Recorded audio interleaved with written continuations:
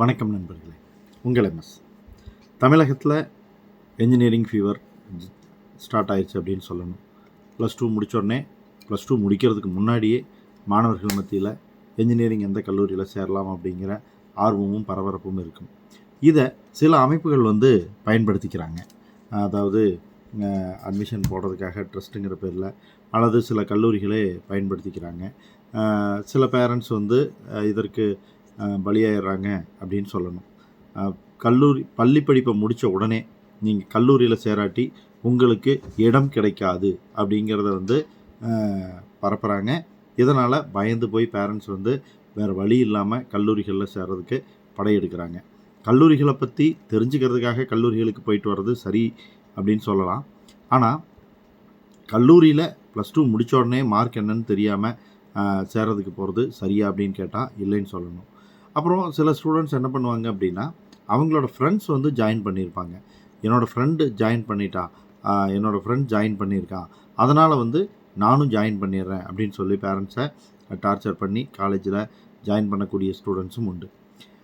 இது சரியா தப்பா அப்படிங்கிறத விட நம்ம சில விஷயங்களை அதுக்கு முன்னாடி தெரிஞ்சுக்கணும். நீங்கள் +2 எக்ஸாம் எழுதி முடிச்சிருப்பீங்க. எழுதி முடிக்கும் போதே உங்களுக்கு தெரிஞ்சிருக்கும் எவ்வளவு மதிப்பெண்கள் வரும் அப்படின்னு. கட் ஆஃப் மார்க் கால்குலேட் பண்ணணும். கட் ஆஃப் மார்க்னால் என்னென்னு தெரியாதவங்களுக்காக சொல்கிறேன். ஃபிசிக்ஸில் எடுத்திருக்கக்கூடிய மார்க்கில் எவ்வளோ மார்க் எடுக்கிறீங்களோ அதில் பாதி, கெமிஸ்ட்ரியில் எடுக்கக்கூடிய மதிப்பெண்களில் பாதி, மேத்ஸில் எடுக்கக்கூடிய மதிப்பெண்களில் முழுதாக அப்படியே எடுத்துக்கிட்டால் 200 மார்க் வரும். இந்த 200க்கு நீங்கள் எவ்வளோ எடுக்கிறீங்க அப்படிங்கிறது தான் உங்களுடைய கட் ஆஃப் மார்க். இந்த கட் ஆஃப் மார்க்குக்கு ஒரு ரேங்க் கொடுப்பாங்க. அந்த ரேங்க் அடிப்படையில் உங்களோட கம்யூனிட்டி கோட்டா எதில் வருது அப்படிங்கிறதோட அடிப்படையில் கவுன்சிலிங் நடத்தி டிஎன்இ மூலிமா சீட் அலாட் பண்ணுவாங்க. இதன் மூலிமா நீங்கள் போய் ஜாயின் பண்ணும்போது உங்களுக்கு ஃபஸ்ட் கிராஜுவேட்டுக்கான அந்த ஸ்காலர்ஷிப் கிடைக்கும். பேங்க் லோன் ஈஸியாக கிடைக்கும். இதெல்லாமே ரொம்ப ஈஸியாக இருக்கும். அப்படி கவுன்சிலிங் மூலிமா போகும்போது உங்களுக்கு நல்ல கல்லூரிகளில் நல்ல இடங்கள் கிடைக்கிறதுக்கான வாய்ப்புகள் இருக்கும். ஸோ இந்த 200 மதிப்பெண்களுக்கு உங்களுக்கு 160 170க்கு மேலே மதிப்பெண்கள் இருக்கும் அப்படின்னா உங்களுக்கான கல்லூரிகள் நிறையாவே இருக்குது அப்படிங்கிறத நம்மளால் சொல்ல முடியும். 1,70,000க்கு மேற்பட்ட இடங்கள் கவுன்சிலிங்க்கே வரும். ஸோ இந்த இடங்கள்லேருந்து நீங்கள் உங்களுக்கான இடங்களை தேர்ந்தெடுக்கிறது ஈஸி அப்படின்னே சொல்லலாம். யாரெல்லாம் முன்கூட்டியே போய் கல்லூரியில் சேரலாம் கவுன்சிலிங்கில் கலந்துக்காமல் அப்படின்னு பார்த்தீங்கன்னா, எனக்கு இந்த கல்லூரியில் இந்த சீட்டு தான் வேணும், என்கிட்ட போதுமான அளவுக்கு பொருளாதார பலம் இருக்குது அப்படின்னு நினைக்கக்கூடிய மாணவர்கள் இந்த கல்லூரிகளில் போய் முன்கூட்டியே ஜாயின் பண்ணலாம்.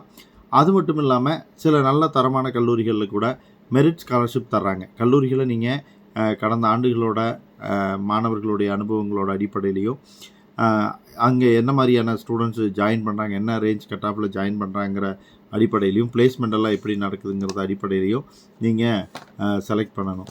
செலக்ட் பண்ணிவிட்டு அதுக்கு தகுந்த மாதிரி அந்த கல்லூரிகளை அப்ரோச் பண்ணலாம். அங்கே மெரிட் ஸ்காலர்ஷிப் இருந்தது அப்படின்னா நீங்கள் அந்த மெரிட் ஸ்காலர்ஷிப் மூலிமா ஜாயின் பண்ணலாம். பட் மேனேஜ்மெண்ட் மூலிமா நீங்கள் போகிறீங்க அப்படின்னாலே உங்களுக்கு அந்த கல்லூரி சரியான கல்லூரியாக இருக்கா, கட்டணம் எப்படி இருக்கும் அப்படிங்கிற விஷயத்தையெல்லாம் நீங்கள் தெரிஞ்சுக்கணும். மெரிட் ஸ்காலர்ஷிப்பில் போகிறீங்கன்னா அதுக்கான சில கண்டிஷன்ஸ் ஏதாச்சும் இருக்கா அப்படிங்கிறத நீங்கள் தெரிஞ்சுக்கணும். கண்டினியூஸாக இந்த மார்க் எடுக்கணும், என்ன பர்சன்டேஜ் எடுக்கணும், இவ்வளோ அரியர் இருக்கக்கூடாது அப்படிங்கிறது எல்லாமே சொல்லுவாங்க. ஸோ அது மெரிட் ஸ்காலர்ஷிப்பில் போகிறவங்களுக்கு கட் ஆஃப் மார்க்கில் பொருளாதார பலம் இருக்குது, அதனால் நான் இந்த கல்லூரியில் சேர போகிறேன்னு நினைக்கக்கூடிய மாணவர்களுக்கு நல்லாவே நீங்கள் விசாரித்து தெரிஞ்சுக்கிட்டு அப்புறமா கல்லூரி அப்ரோச் பண்ணுறது பெட்டராக இருக்கும். பெற்றோர்கள் மாணவர்களுடைய அறியாமையை பயன்படுத்திக்கிட்டு சில தனிநபர்கள் கூட என்ன பண்ணுவாங்க அப்படின்னா, நாங்கள் உங்களுக்கு நீங்கள் எந்த காலேஜில் இடம் கேட்டாலும் வாங்கி தர்றோம் வாங்க அப்படின்னு சொல்லி கோயம்புத்தூர், சென்னையில் இருக்கக்கூடிய பல கல்லூரிகளுக்கு கூட்டிகிட்டு போவாங்க. அங்கே எந்த கல்லூரியில் சீட் அதிகமாக போகாமல் இருக்கோ அங்கே ஒரு நல்ல கோர்ஸோட சீட்டை உங்களுக்கு எடுத்து கொடுத்துருவாங்க. ஆனால் பிற்காலத்தில் அங்கே ஸ்டூடெண்ட்ஸ் சேராதப்பவும், ஸ்டூடெண்ட்ஸ் இல்லாதனால டீச்சர்ஸுக்கு ப்ராப்பரான சேலரி தர முடியாமல் கல்லூரி தடுமாறுறதுனாலையும், அங்கே பிளேஸ்மெண்ட்ஸ் ப்ராப்பராக வராமல் இருக்கிறதுனாலையும் நீங்கள் தான் பாதிக்கப்படுவீங்க அப்படிங்கிறத ஞாபகத்தில் வச்சுக்கணும். ஸோ மேனேஜ்மெண்ட்டில் போகிறதா இருந்தால் சரி, எனக்கு மதிப்பெண்கள் 170க்கு மேலே கட் ஆஃப் வர்றதுக்கான வாய்ப்பு இருக்குது, நான் கவுன்சிலிங்கில் வெயிட் பண்ணலாமா அப்படின்னு கேட்டால் கண்டிப்பாக வெயிட் பண்ணலாம். தாராளமாக உங்களுக்கு காலேஜஸ் கிடைக்கும். நல்ல காலேஜஸ் கிடைக்குமா அப்படின்னா டாப் லெவல் காலேஜஸ் எல்லாத்துக்குமே கட் ஆஃப் மார்க் ஹெவியாக தான் இருக்கும். இப்போ நீங்கள் பிஹெச்டிலேயோ, அண்ணா யூனிவர்சிட்டிலேயோ, சிஐடிலேயோ, தியாகராஜாலேயோ ஜாயின் பண்ணணும் அப்படின்னு ஆசைப்பட்டீங்கன்னா உங்களோட கட் ஆஃப் மார்க் ரொம்ப அதிகமாக இருந்தால் தான் 190, இன்னும் சொல்லப்போனால் 195க்கு மேலே இருந்தால் தான் உங்களுக்கு அந்த கல்லூரிகளில் இடம் கிடைக்கும். அதுலேயும் அங்கே இருக்கக்கூடிய கம்ப்யூட்டர் சயின்ஸ், இசிஇ மாதிரியான கோர்சஸ்லாம் ஜாயின் பண்ணோம்னா கட் ஆஃப் மார்க் ரொம்பவே டாப்பில் இருக்கும். ஸோ இந்த மாதிரி கல்லூரிகளில் நீங்கள் மேனேஜ்மெண்ட்டில் சீட் வாங்குறதுமே கஷ்டமாக இருக்கும். ப்ரைவேட் காலேஜஸில் சீட் வாங்குறதுக்கு தான் நீங்கள் வந்து போட்டி போடுவீங்க. பட் உங்கள் ஊருக்கு அருகில் இருக்கக்கூடிய கல்லூரிகள்லேருந்து உங்களுக்கு கால் வரும். கால் வந்தால் என்ன சொல்லுவாங்கன்னா, நீங்கள் கல்லூரிகள் மட்டும் இல்லை, தனிநபர்கள், ட்ரஸ்ட் எல்லாமே பேசுவாங்க. பேசும்போது என்ன சொல்லுவாங்கன்னா, நீங்கள் இப்போ ஜாயின் பண்ணல அப்படின்னா உங்களுக்கு சீட் கிடைக்காது. அப்படியே சீட் கிடச்சி போனாலும் நீங்கள் காலேஜில் டொனேஷன் கட்ட வேண்டியிருக்கும். நல்லா நோட் பண்ணுங்கள், ஃபீஸ் இல்லை, டொனேஷன் கட்ட வேண்டியிருக்கும் அப்படின்னு சொல்லி உங்களை பயமுறுத்தக்கூட செய்வாங்க. ஸோ நீங்கள் வந்து அந்த மாதிரி கால் எல்லாமே வந்து அக்செப்ட் பண்ணாதீங்க. பெரும்பாலும் நீங்கள் என்ன சொல்லிடலான்னா, இல்லை நான் கல்லூரியில் ஜாயின் பண்ணிட்டேன் அப்படின்னு சொல்லிடலாம், இல்லை வேற ஒரு கோர்ஸ் எடுத்துட்டேன் அப்படின்னு கூட நீங்கள் சொல்லிக்கலாம். ஏன்னா அந்த கால்ஸ் அவாய்ட் பண்ணுறதுக்காக நீங்கள் அந்த மெத்தடை வந்து ஃபாலோ பண்ணிக்கலாம். சரி, கவுன்சிலிங் மூலிமா போகும்போது நல்ல கல்லூரிகளை எப்படி தேர்ந்தெடுக்கிறது அப்படிங்கிறது ரொம்ப முக்கியமான விஷயம். கல்லூரிகளுடைய கட்டமைப்பு, அங்கே இருக்கக்கூடிய ஆசிரியர்களுடைய தரம், அவங்க கொடுக்கக்கூடிய பிளேஸ்மெண்ட், இந்த மாதிரியான பல விஷயங்களை நாம் வந்து கன்சிடர் பண்ண வேண்டியிருக்கு. நம்மளோட சேனலில் ஏற்கனவே இது சம்மந்தமாக நிறையா டிஸ்கஸ் பண்ணியிருக்கோம்.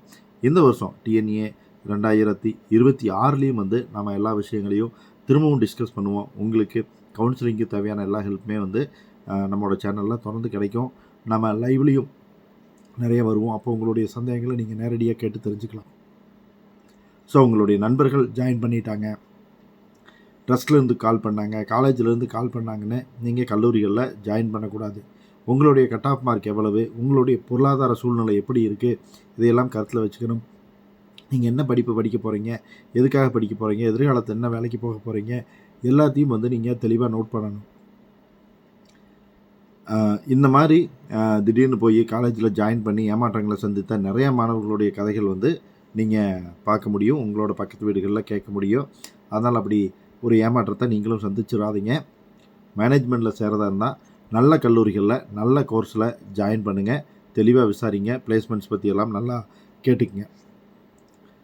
டிஎன்ஏ மூலிமா போக போகிறீங்க அப்படின்னா வெயிட் பண்ணி கட் ஆஃப் மார்க், காலேஜோட பெர்ஃபார்மன்ஸ், மற்ற எல்லா விஷயங்களையும் தெரிஞ்சுக்கிட்டு அதற்கு பிறகு நீங்கள் கல்லூரிகளை செலக்ட் பண்ணி ப்ராப்பரான சாய்ஸ் ஃபில்லிங் கொடுத்து நல்ல கல்லூரிகளில் சேர்றது சிறப்பான விஷயமா இருக்கும். ஏற்கனவே சொன்ன மாதிரி இது ரொம்ப முக்கியமான விஷயம். அதுலேயும் மிக முக்கியமாக சொல்லணும்னா 7.5 6வது முதல் 12ஆம் வகுப்பு வரை அரசு பள்ளிகளில் படித்த மாணவர்களுக்கு வந்து கல்வி கட்டணத்தை அரசே செலுத்திடுறாங்க. நீங்கள் எந்த விதமான கட்டணமும் செலுத்தி படிக்க வேண்டி இருக்காது. இருந்தாலும் சில கல்லூரிகளில் வந்து கூடுதல் கட்டணம் வாங்குறாங்கன்னு சில ரிப்போர்ட்ஸ் வந்து அப்பப்போ வந்துக்கிட்டு தான் இருக்குது. அதனால் அந்த கல்லூரிகளை நீங்கள் கொஞ்சம் நோட் பண்ணிவிட்டு ஜாயின் பண்ணணும். இந்த மாணவர்களை பொறுத்த வரைக்கும் என்ன பண்ணுவாங்கன்னா, அட்மிஷனே ஆகாத காலேஜில் கூட கொண்டு போய் சேர்த்து விட்டு 7.5ல் சீட் எடுக்க வச்சு உங்களை சிக்கலில் மாட்ட விட்டுருவாங்க. அதனால் நல்ல மதிப்பெண்கள் எடுக்கக்கூடிய மாணவர்கள் கூட 7.5ல் இந்த மாதிரி ஒன்றுக்கு ஆகாத காலேஜஸில் போய் ஜாயின் பண்ணக்கூடியவங்க நிறையா இருக்கீங்க. ரொம்ப கவனமாக இருங்க. உங்களுக்கு ரொம்ப அரிய வாய்ப்பை வந்து அரசாங்கம் வழங்கியிருக்கு அப்படின்னு சொல்லணும். அதை சிறப்பாக பயன்படுத்திக்கங்க. கடந்த ஆண்டில் என்னென்ன கல்லூரிகளில் இடம் கிடச்சிருக்கு அப்படிங்கிறதையெல்லாம் ஆராய்ச்சி பண்ணி அதற்கு தகுந்த மாதிரி சிறப்பான கல்லூரிகளில் நீங்கள் ஜாயின் பண்ணணும்.